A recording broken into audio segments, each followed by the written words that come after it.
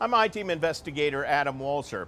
This is the last piece of steel from World Trade Center Tower Number 1 recovered from Ground Zero. It will soon be the cornerstone of a new 9/11 monument going up in the warehouse district of St. Petersburg.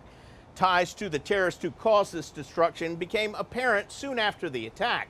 But 20 years later, there are still plenty of unanswered questions. 2 decades ago, strangers arrived in sunny Sarasota County. A lot happened here. A lot. Quietly blending in while preparing to carry out the worst ever terrorist attack on American soil. Records show 12 of the 19 September 11th hijackers lived in or passed through Florida.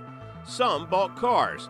Others obtained Florida driver's licenses. They were here going to the same places I'm going to. In May of 2000, ringleader Mohammed Atta received a tourist visa from the U.S. Embassy in Germany. A month later, witnesses say he turned up in South Florida looking at crop duster planes. He just had to run him away from the airplane because he kept trying to get up on the wing, want to get in the cockpit. USDA loan officer John L. Bryant says Atta inquired about a loan to buy a plane. He said he was an engineer and he wanted to build a chemical tank that would fit inside the aircraft and take up every available square inch of the aircraft except for where the pilot would be sitting. Bryant said Atta dropped a name she didn't recognize at the time: Osama bin Laden. He mentioned that this man would someday be known as the world's greatest leader. It's something that will probably be with me for my life.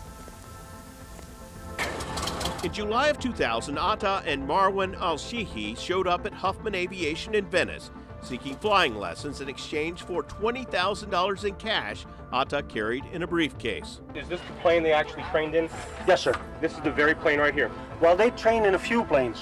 Atta and al-Shihi enrolled in an expedited flight program, flying nearly every day, according to Huffman Aviation owner Rudy Deckers. There was nothing that we could have seen that they were terrorists. I wish, because then I would have stopped it. As long as they keep their yard good. They moved into a rented room in a house across the street from Kim Matzelbova's home. What were those guys like who were living there at the time? And they were not super friendly to me at all. I'd say, "Hi, neighbor." They would never smile or wave back. It was like a shadow you couldn't see. That home owned by another Huffman Aviation employee. When they first arrived, they had no place to stay. They just popped in pretty much, as I recall, unannounced. After the attack, FBI agents searched the home, but the home's owners said they were clueless when it came to their plot. She asked if we could put flags in her yard because she wanted the neighborhood to know that she loved America. It wasn't her fault. There were clues of impending trouble not recognized at the time. If you're coming at me, charge in. Hijackers bulked up and trained in fighting techniques at local gyms. We could die any day, that's why we pray for such purposes. 5 times a day, heads in concrete surfaces, it's murderous. Arab assassins, you heard of us. Atta and other hijackers recorded a rap song at a Sarasota recording studio, calling themselves the Arab Assassins. I'm heartless, an animal next on God's list. Glocks and clips that blend with the fog and the mist. Scars on my fist, reputation with. Hindsight is almost always 20/20.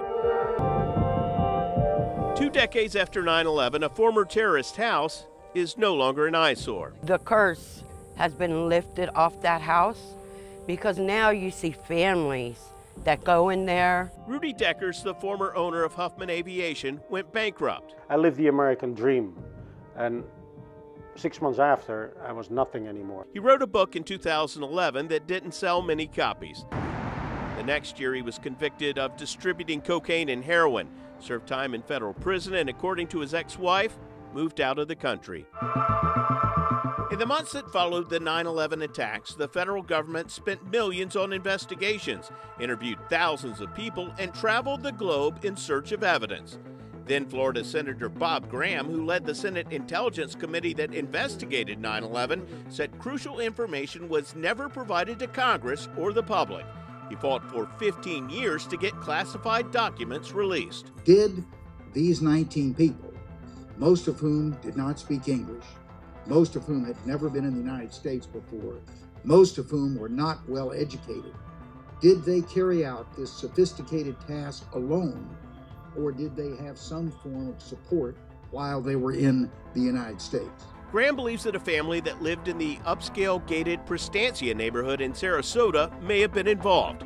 Abdulaziz Al-Hiji, a recent USF graduate, lived in this home with his wife Anud, where sources say they were visited by some of the hijackers before the 9/11 attack. They had lived for about 5 or 6 years prior to this in this house that was owned by her father, a man by the name of Issam Ghazawi. Journalist Dan Christensen, who was founder of the Florida Bulldog News website, broke the news of a potential Sarasota Saudi connection. Ghazawi was a wealthy, politically connected individual. Ghazawi, who married an American woman, was an advisor to Saudi Prince Fahad. We found these photos of Ghazawi in a lawsuit, posing with world leaders, including President George Bush, British Prime Minister John Major, and Pakistani Prime Minister Benazir Bhutto. When they purchased the home in Prestancia for their daughter and son-in-law, records show that the Ghazawis listed this 4,200 square foot waterfront home in Longboat Key as their residence. It was sold in 1998 for $1.75 million. Back in Prestancia, neighbors reported the Al-Hijis, who allegedly had contact with the hijackers, abandoned their home in late August 2001. This family had moved out hastily from the home about 2 weeks before 9/11. So hastily, in fact, they left behind their cars, clothes, jewelry. An investigation began days after the September 11th attack. I understand that FDLE was involved at some point, some of the local police. It was more than just the FBI, correct? Oh, yes. There was a joint terrorism task force that included the county sheriff, Sarasota PD. FDLE, of course, was involved in all this. And that's where we managed to get a lot of the information early on here. An FDLE report indicated the Al-Hijis and Ghazawis were both on the FBI watch list.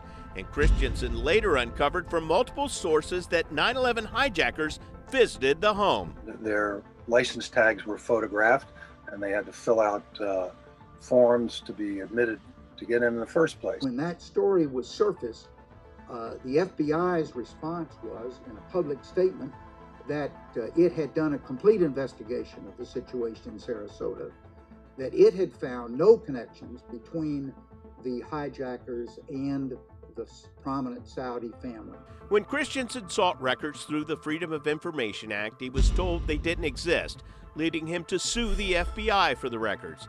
The FBI eventually sent Christensen this report in which an agent said there were many connections between the family and the 9/11 hijackers. A federal judge ultimately ordered the FBI to produce the requested documents. They told the judge in the case that the Tampa field office had 80,000 pages related to 9/11 that were generated by their office, and that they were all classified, every page. Sarasota private investigator Bill Warner simultaneously started his own investigation. And they were here, like in my neighborhood. So I had to look at it, I kept looking at it. Warner partnered with police, sheriff's deputies, and was eventually paid by ICE for providing surveillance photos and phone bills he collected from the garbage cans of people of interest. Where were they calling? All over the world. I mean, anywhere and everywhere. Lots of the Middle East. Their bills, you can see they're $1,200, $1,500, $2,000, sometimes $4,000 a month. And these are people living in a dumpy These are guys that live in duplexes, driving old cars, who don't have a job. Warner learned some of the people he surveilled had ties to terrorism. I was upset by 9/11, everybody was. So I was going to do whatever I could do to find out if there was really a support network here. In Tampa Bay, there are still plenty of questions awaiting answers. We are entitled to know what happened, what changed the skyline of the biggest city in the country and killed 3,000 people. I'm I-Team investigator Adam Walser, taking action for you.